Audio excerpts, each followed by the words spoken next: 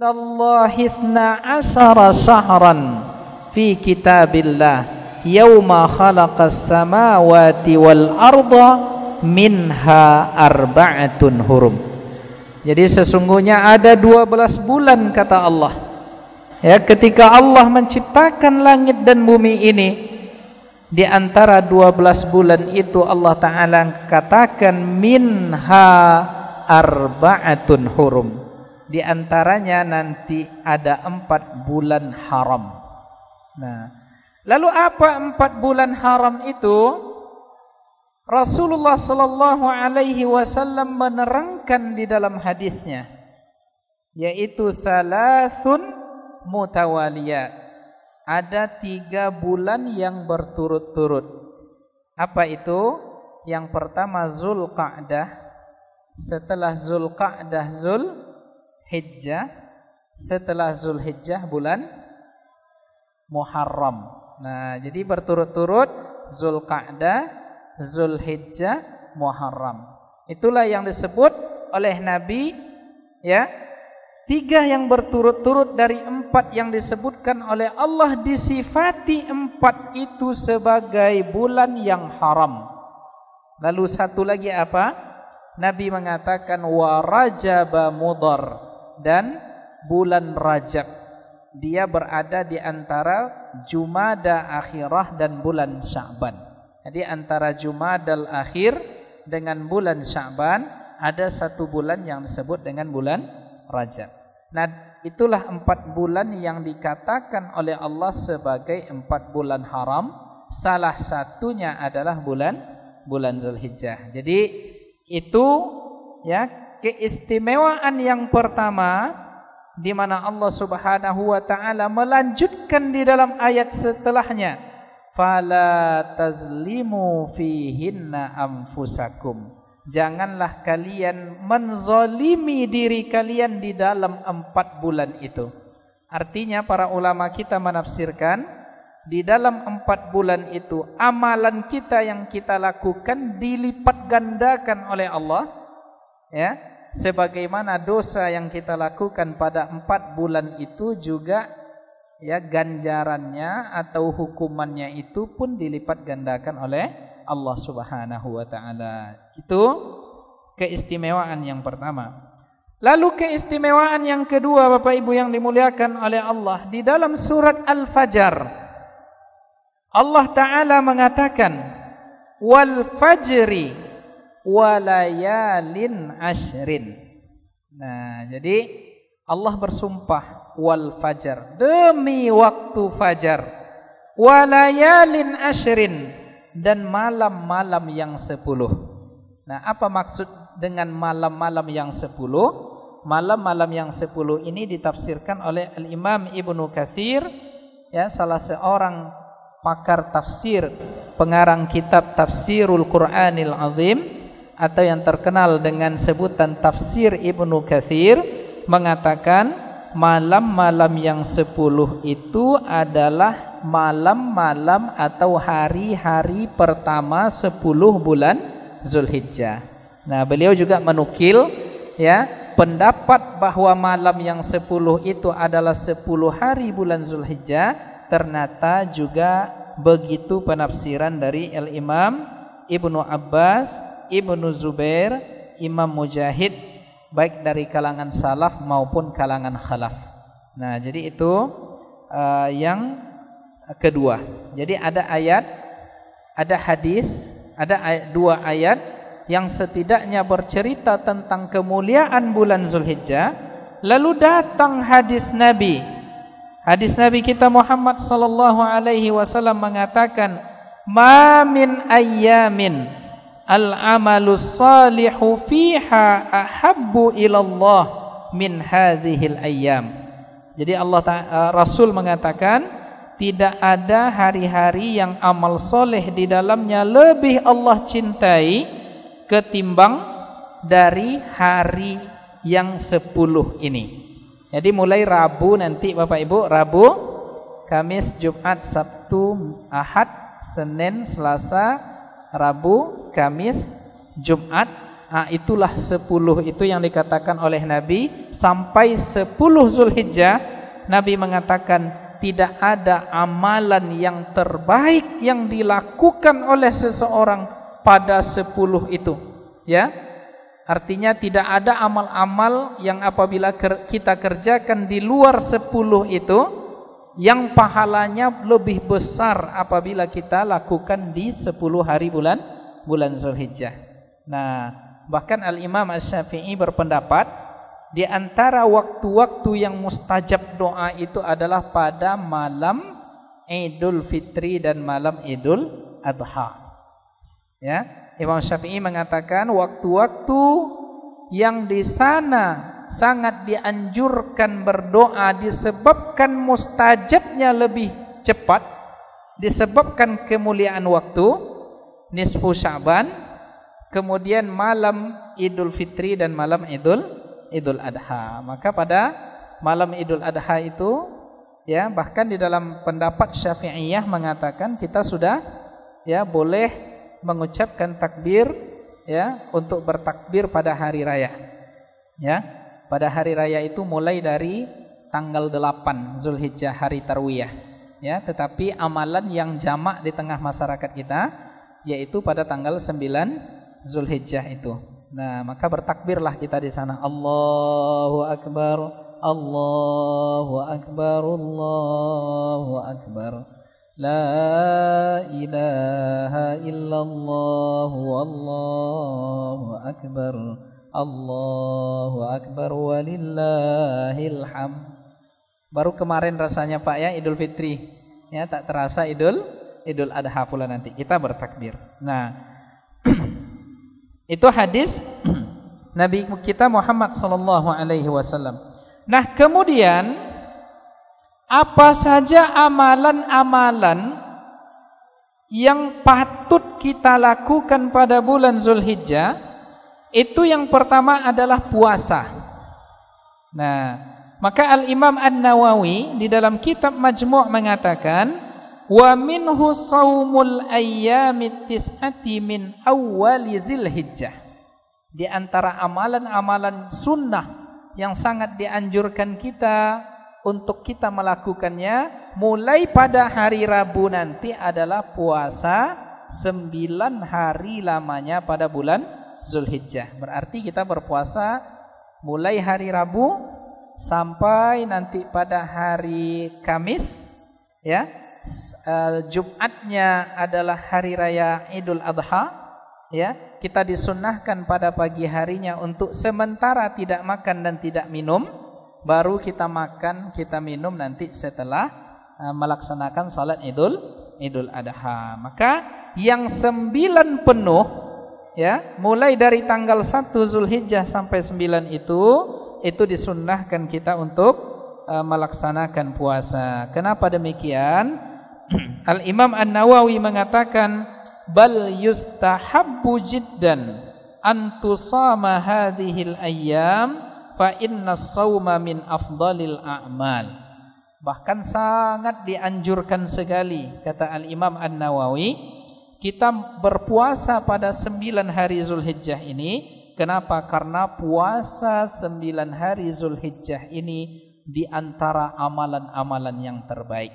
Nah, jadi Bapak Ibu yang dimuliakan oleh Allah, kita melaksanakan ibadah sunnah itu sesungguhnya yang pertama tujuan kita adalah mendekat kepada Allah. Nah, kemudian yang kedua, fungsi dari ibadah sunnah ini adalah menyempurnakan segala kekurangan kita dalam menunaikan kewajiban. Nah, jadi nanti di akhirat itu Allah Ta'ala mengatakan kepada para malaikat, periksalah amal hamba-hambaku. Setelah diperiksa ternyata banyak dari kewajiban kita yang amal wajib kita yang bermasalah.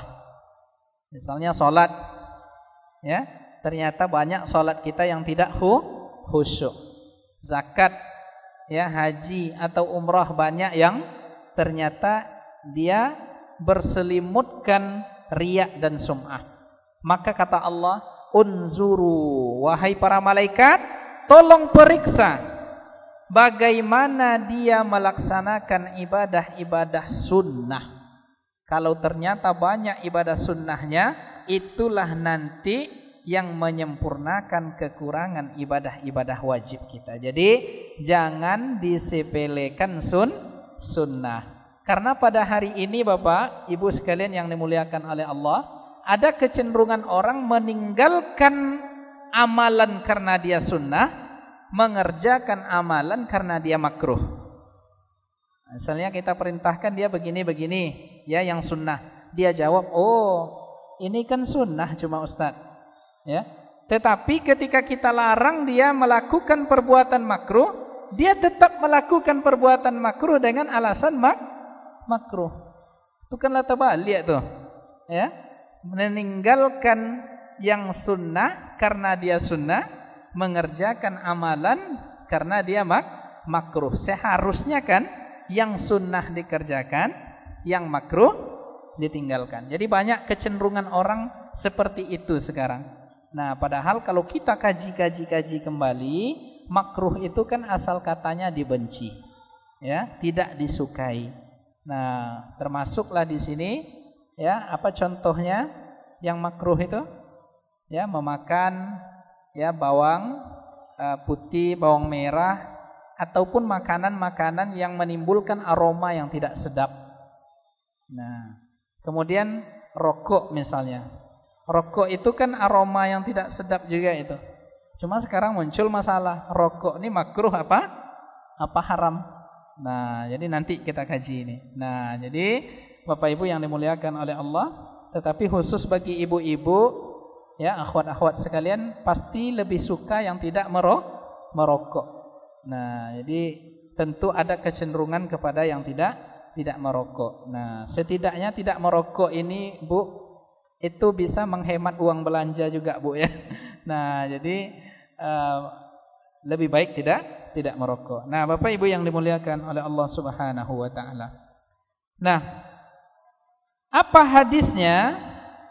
Ya, Al-Imam An-Nawawi tadi teksnya kita baca dari kitab Majmu'. Apa dalil yang digunakan oleh Al-Imam An-Nawawi ini? Ya, an Hunaidah bin Khalidin an imra'atihi an ba'di azwajin Nabi sallallahu alaihi wasallam. Ya, bersumber dari Hunaidah bin Khalid, bersumber dari istrinya, ya. Istrinya tadi mendapatkan hadis ini dari sebagian istri Rasulullah sallallahu alaihi wasallam. Apa katanya? Kana Rasulullah sallallahu alaihi wasallam yasumu tis'a Dzulhijjah wa yauma Asyura wa salasata ayyamin min kulli syahrin. Nabi itu kebiasaannya puasa pada 9 Zulhijjah. Kemudian pada hari Asyura 10 Muharram. Kemudian 3 hari setiap bulannya berturut-turut. Ini yang dinamakan puasa pada Ayyamul Bid, ya, ketika bulan lagi terang. Nah, kemudian setiap hari Senin dan setiap hari Kamis. Nah, itulah kebiasaan rutin Rasulullah sallallahu alaihi wasallam. Nah, jadi dari ke-9 hari itu ada tanggal 9 Zulhijjah yang disebut sebagai puasa Arafah. Nah, apa manfaatnya atau fadilahnya? Nah, dikatakan oleh Rasulullah sallallahu alaihi wasallam, ya, diriwayatkan oleh Al-Jamaah, saumu yaumi Arafah, berpuasa pada hari Arafah, mengampunkan dosa setahun yang telah lalu dan setahun yang akan datang. Nah, jadi jangan sampai nanti kalau tak mampu misalnya mulai dari 1 Zulhijjah kita berpuasa, setidaknya pada tanggal 9 Zulhijjah itu kita berpuasa pada hari Arafah. Nah, karena kan pada tahun ini tetap ada haji, ya, tetap ada haji walaupun tidak dibuka untuk untuk seluruh negara. Nah, Bapak Ibu yang dimuliakan oleh Allah Subhanahu wa taala, kemudian amalan yang kedua setelah puasa yaitu adalah haji. Nah, cuma karena situasi dan kondisi sekarang haji tidak dibuka untuk tahun ini. Mudah-mudahan tahun 2021 ya insyaallah Covid ini mereda, kita berdoa kepada Allah, ya, bersalawat kita kepada Nabi, mudah-mudahan hilang virus ini segera, ya, diangkat oleh Allah sehingga pada tahun yang akan datang kita bisa melaksanakan ibadah haji. Ya, mana tahu nanti kita semua yang ada di Masjid Raya ini diundang pergi haji. Amin. Tidak semangat, amin. Amin ya rabbal alamin. Nah, kenapa demikian? Wal hajjul mabrur laisa lahu jazaa'un illal jannah. Haji yang mabrur itu tidak ada pahalanya, balasannya kecuali surga. Nah, jadi artinya kalau sudah dibuka bagi kita kesempatan haji itu, ya, dan kita melaksanakan haji sesuai dengan manasik yang dicontohkan oleh Rasulullah, maka pulangnya kita dari haji itu insyaallah dengan pahala haji itu kita bisa mendapatkan surga. Nah, kemudian yang ketiga Bapak Ibu, inilah persoalan yang akan kita bahas nanti hukumnya, yaitu tentang kurban. Nah, sesungguhnya keutamaan kurban Bapak Ibu yang dimuliakan oleh Allah, ya. Tapi sebelum itu kita ingin lanjut dulu kurban, kemudian zikir, kemudian salat. Nah, jadi ada puasa, ada haji, ada zikir, ada kurban, ada salat. Nah, dari yang 5 ini ya kira-kira di bulan Zulhijjah ini, ya di 10 pertama ini, ya mungkin haji yang belum bisa kita laksanakan. Nah, untuk zikir, untuk salat, lebih baik, saya dulu teringat kami ketika kuliah di Kairo itu Bapak Ibu, itu datang kita ke kampus itu berangkat naik bis, ya, itu dari tempat tinggal mayoritas mahasiswa ke kampus 1 jam.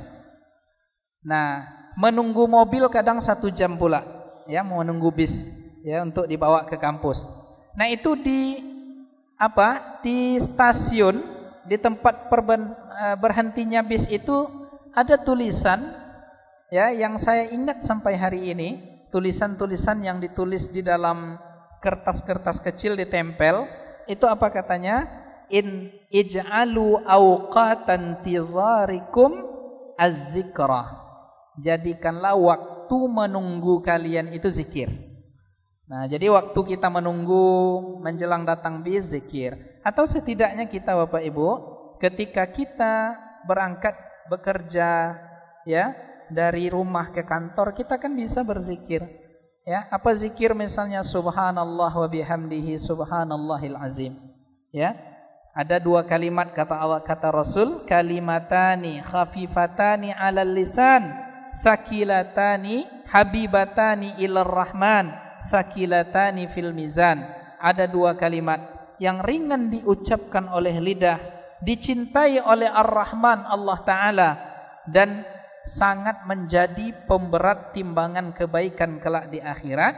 Apa 2 kalimat itu? Subhanallahil azim, subhanallahi wa bihamdi. Nah, maka kita bisa membaca itu. Misalnya ketika saya tadi dari rumah sampai ke Masjid Raya 30 menit, bisa saya melaksanakan zikir, ya, subhanallahil azim, subhanallah wa bihamdi, subhanallahil azim, subhanallah wa bihamdi. Dan bahkan Bapak Ibu yang dimuliakan oleh Allah Ta'ala, Imam Syafi'i berpendapat, ya, ketika terjadi musibah dan wabah, tidak ada yang paling bermanfaat kecuali tasbih. Jadi cara supaya hilang virus ini, ya, kata Imam Syafi'i, itu adalah dengan tasbih. Jadi coba setiap kita ini di waktu-waktu luangnya dia tasbih, itu saya yakin dengan izin Allah hilang segera virus dari Pekanbaru ini, dari dunia ini, ya. Jadi mari kita amalkan tasbih. Dan Nabi Yunus alaihi salam dikeluarkan dari 3 kegelapan disebabkan oleh tasbih. Allah Ta'ala mengatakan kalau dia tidak menjadi ahli tasbih, ya, la labitha fi batnihi ila yaumi yub'atsun. Dia nanti akan, ya, Kalau dia tidak selalu bertasbih di dalam perut ikan itu, dia akan berada di perut ikan itu sampai hari kiamat. Jadi kalau kita tidak membiasakan tasbih, bisa jadi musibah ini, bala ini, wabah ini lama dia. Nah, maka kita selesaikan itu dengan tasbih. Subhanallahil azim, subhanallahi wa bihamdih. Maka banyak zikir. Nah, Bapak Ibu yang dimuliakan oleh Allah Subhanahu wa taala, kemudian pengertian kurban. Kata-kata kurban dalam istilah fikih dikenal dengan sebutan udhiyah. Ya. Kurban dalam literatur fikih disebut dengan udhiyah. Nah, Al-Imam Al-Qurtubi mengatakan yang dimaksud secara bahasa udhiyah itu apa? As-satul lati tudbahu dhahwatan. Ya, kambing yang disembelih di waktu dhahwah, di waktu duha. Jadi kambing as-satul lati tudbahu, ya, dhahwatan, yaitu kambing yang disembelih pada waktu duha. Itu arti dari kata udhiyah. Kalau dibawa ke bahasa Indonesia namanya kurban. Nah, Bapak Ibu yang dimuliakan oleh Allah, sedangkan secara istilah disebutkan dalam Hasyiah Ibnu Abidin, ma yudhakka taqarruban ilallahi ta'ala fi ayyamin nahri bi syara'ita makhsusatin. Di secara istilah udhiyah atau yang kita sebut dengan kurban itu adalah hewan yang disembelih. Jadi disembelih hewan itu dalam rangka kita mendekatkan diri kepada Allah, lalu disembelih pada hari nahar dengan syarat-syarat tertentu. Jadi hari nahar itu hari penyembelihan, yaitu tanggal 10, 11, 12, 13. Nah, apa dalilnya? Dalilnya dari surat yang termasuk surat pendek di dalam Al-Quran. Jadi kalau tidak hafal kita ini luar biasa ini. Ya, inna a'tainakal kautsar fasalli li rabbika wanhar inna syani'aka huwal abtar. Nah, jadi diambillah fasalli li rabbika wanhar. Nah, apa maksud dari kalimat ini? Salatlah untuk Rabbmu dan berkurbanlah. Maksudnya di dalam tafsir adalah salli salatal id wanharil budna. Salatlah untuk salat id dan sembelihlah kurban. Nah, jadi ini maksud dari fasalli li rabbika wanhar. Jadi kalau ada orang yang bertanya ke kita nanti, apa makna atau tafsir dari ayat fasalli li rabbika wanhar, salatlah salat Idul Adha dan sembelihlah kurban setelah itu. Jadi itu tafsir dari yang menjadi dalil pensyariatan kurban. Nah, kemudian ada hadis Nabi yang menjadi dalil pula.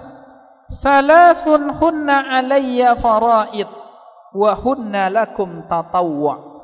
Ada 3 amalan yang bagiku, kata Rasul, dia adalah kewajiban, tetapi bagi umatku dia menjadi sunnah. Jadi bagi Nabi yang 3 ini wajib, tetapi bagi umatnya ini hukumnya sunnah. Apa itu? Al-witru wan nahru wa salatud duha. Salat witir, berkurban, dan salat duha. Nah, jadi kalau bisa kita lakukan ini rutin, subhanallah, masya Allah. Salat witir sebelum tidur, ya, kemudian berkurban dan salat duha. Nah, inilah yang menjadi wajib bagi Rasul. Nah, kemudian menjadi sunnah bagi umatnya, sehingga Nabi di dalam riwayat Imam Ahmad mengatakan, "Man kana lahu sa'ah wa lam yudhhi fala yaqrabanna musallana." Siapa yang punya kelapangan, punya keluasan hidup, tetapi dia tidak mau berkurban, kata Nabi, jangan dekat-dekat lagi kepada tempat sholat kami. Artinya, ya, Rasul sangat menganjurkan, sehingga di dalam mazhab Syafi'i dikatakan ya, sesungguhnya hukum dari kurban itu adalah sunnah muakkadah, disunat yang dianjurkan sekali. Nah, ini yang dikatakan oleh Al-Imam An-Nawawi di dalam Majmu'. Ammal ahkam faqala Syafi'i wal ashab at-tadhiyatu sunnatun muakkadatun. Jadi dalam pendapat ya mazhab Imam Syafi'i itu, Imam Syafi'i dan para murid-muridnya mengatakan at-tadhiyah, berkurban tadi hukumnya adalah sunnah muakkadah. Dan Imam An-Nawawi menambahkan di sini wa syi'arun zahir yambaghi lil qadiri 'alaiha al-muhafaza 'alaiha. Jadi ini sesungguhnya adalah syiar. Nah, maka kemarin ketika di salah satu pengajian ada jamaah yang bertanya, "Ustadz, kalau begitu ini kan cuma sunnah," katanya. Kita dianjurkan sekarang untuk tidak berkumpul-kumpul dan beramai-ramai. Kalau menyembelih kurban kan kita berkumpul beramai-ramai. Nah, itu nanti rentan kemungkinan tertularnya virus. Bagaimana kalau kurban ini tak usah kita lakukan pada tahun ini? Artinya tolong difatwakan kurban dihentikan sementara, tetapi lebih kita ke sedekah. Nah, misalnya sedekah uang dan sedekah sembako. Karena itu yang lebih dibutuhkan oleh hajat manusia ketimbang daging pada hari ini katanya.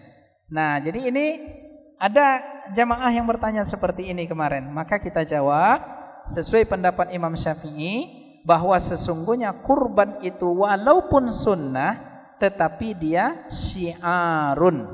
Dia adalah syiar. Nah, jadi tak bisa diganti dengan sedekah.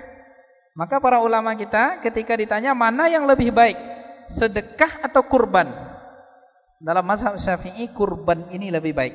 Kenapa? Karena dia syiar. Dan Allah Ta'ala mengatakan wa may yu'azzim sya'airallah fa innaha min taqwal qulub. Siapa yang mengagungkan syiar-syiar Allah, itu tanda dia adalah bertakwa di dalam hatinya. Ada takwa di dalam hatinya. Jadi tidak bisa kita tinggalkan syiar ini, ya. Tapi kalau alasannya tidak boleh, kita misalnya dianjurkan untuk tidak berkumpul beramai-ramai, kan bisa kita buat aturan. Ya, kita bisa menjaga jarak. Kita tidak menganjurkan orang untuk datang yang tidak kurban itu, yang tidak ikut serta kurban, kita boleh anjurkan orang lain untuk tidak datang atau setidaknya menjaga jarak atau memakai masker. Jadi bisa dicari solusinya. Nah, Bapak Ibu yang dimuliakan oleh Allah Subhanahu wa taala. Nah, kemudian bagaimana niat kurban ketika menyembelih? Nah, Al-Imam An-Nawawi mengatakan, qala ashabuna, berkata ulama Syafi'iyah, wan niyatu syartun li sihhati tadhiyah. Niat itu menjadi syarat sahnya kurban. Kemudian muncul persoalan di sini. Wa hal yajuzu taqdimuha ala halati zabhi am yustaratu qarnuha bihi fi. Maksudnya di sini, namun apakah niat boleh didahulukan ya jauh sebelum menyembelih? Nah, jadi misalnya kita sudah ada niat, lalu kita bayar uang keikutsertaan untuk kurban. Apakah cukup niatnya dipasang ketika kita membayar biaya tadi, ataukah ketika akan disembelih wajib memasang niat ini adalah kurbanku? Nah, jadi Imam An-Nawawi mengatakan ya, ada dua pendapat. Dalam internal mazhab Syafi'i ada dua pendapat, tetapi dari dua pendapat yang paling sahih jawazut taqdim kama fis shaumi waz zakati 'alal asah. Pendapat yang kuat katanya, yang sahih, boleh mendahulukan niat seperti dalam niat puasa dan dalam niat zakat. Jadi ketika Bapak Ibu sudah membayar uang itu untuk ikut serta kurban, ya, Disitulah dipasang niat, ya Allah ini adalah kurbanku, ya, maka terimalah. Jadi misal nanti ada sesuatu yang terjadi sehingga menyebabkan kita tidak bisa berkurban, misalnya meninggal, maka niat yang kita lakukan itu sudah dihitung pahala oleh Allah Subhanahu wa taala. Nah, sekarang muncul persoalan hukum patungan kurban. Jadi patungan kurban. Nah, di sini Al-Imam An-Nawawi di dalam kitab Majmu' mengatakan tajzi'u syatu an wahid wala tajzi'u an aktsara min wahid. Jadi kalau jenis binatang kurbannya adalah kambing untuk satu orang.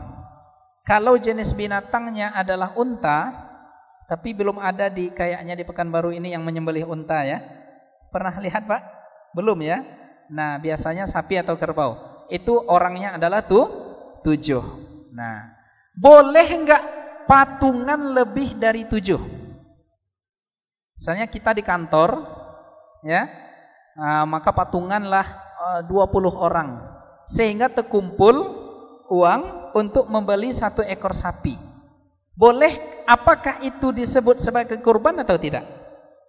Nah, maka di sini di dalam mazhab Syafi'i yang diwakili oleh penjelasan Imam An-Nawawi, atas namanya tetap 7. Jadi atas nama tetap 7. Misalnya si Ahmad, Muhammad, Mahmud, Hamid, siapa lagi yang dari Ahmad aja?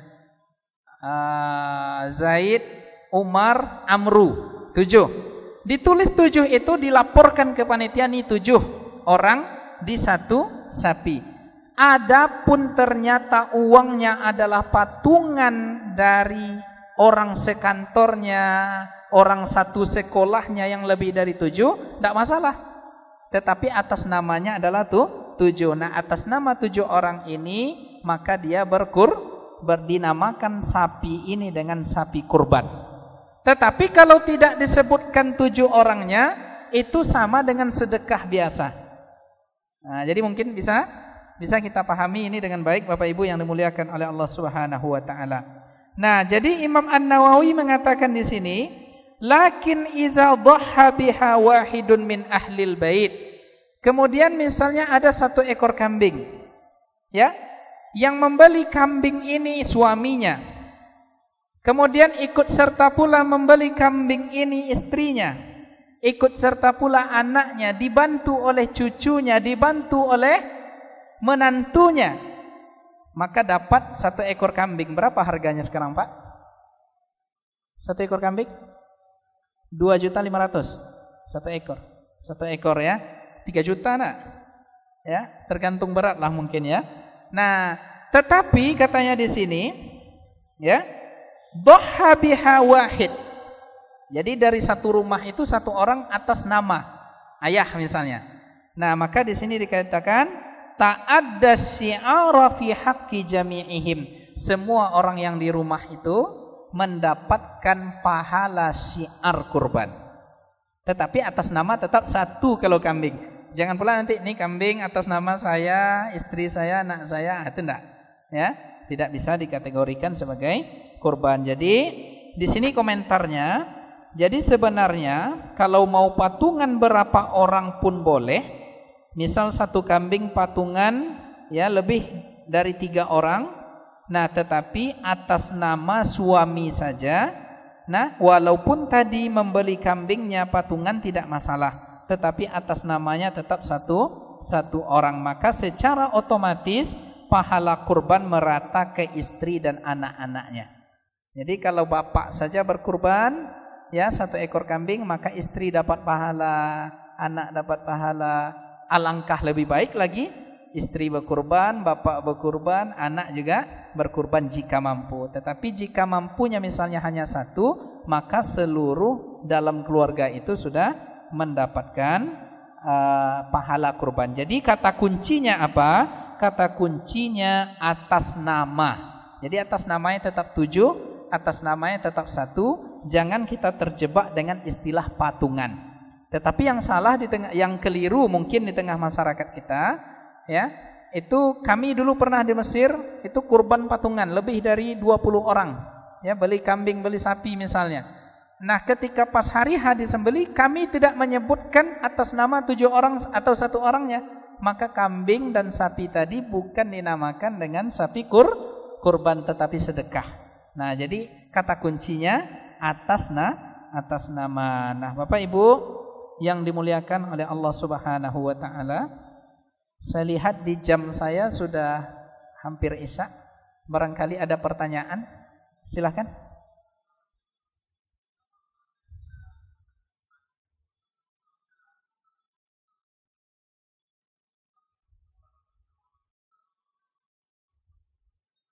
Ya. Saya kurang dengar ini, bisa atau mungkin besok kita tulis ya, disediakan tulisan.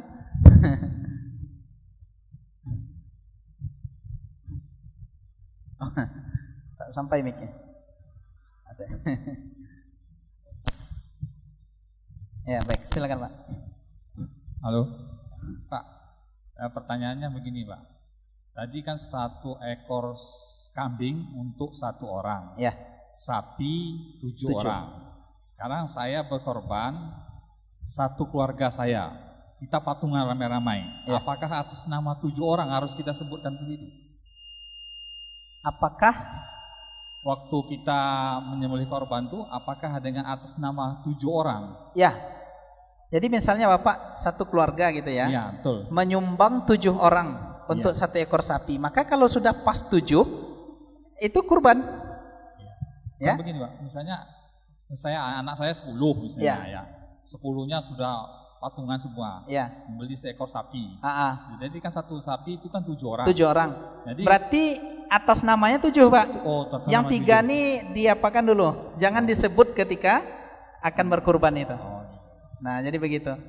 Jadi kalau bisa ya banyak keluarga misalnya urunan ya nyumbang ya sekalipun lebih dari 10, Pak. Banyak misalnya, tetapi atas namanya tetap 7. Dan yang 3 ini tetap mendapat pahala syiar kurban. Nah, itu pendapat Imam An-Nawawi. Baik, terima kasih.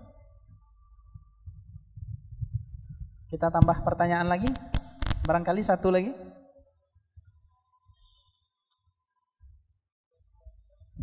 Baik. Ya, selesai? Ya, baik.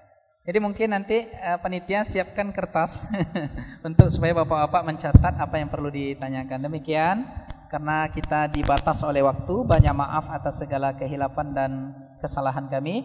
Insyaallah pada Senin depan kita akan melanjutkan kembali persoalan-persoalan, pertanyaan-pertanyaan yang berkaitan dengan masalah kurban. Insyaallah taala kita berdoa kepada Allah, mudah-mudahan kita diberi kesehatan, taufik, didawamkan keimanan untuk kita semua. Billahi taufik wal hidayah. Assalamualaikum warahmatullahi wabarakatuh.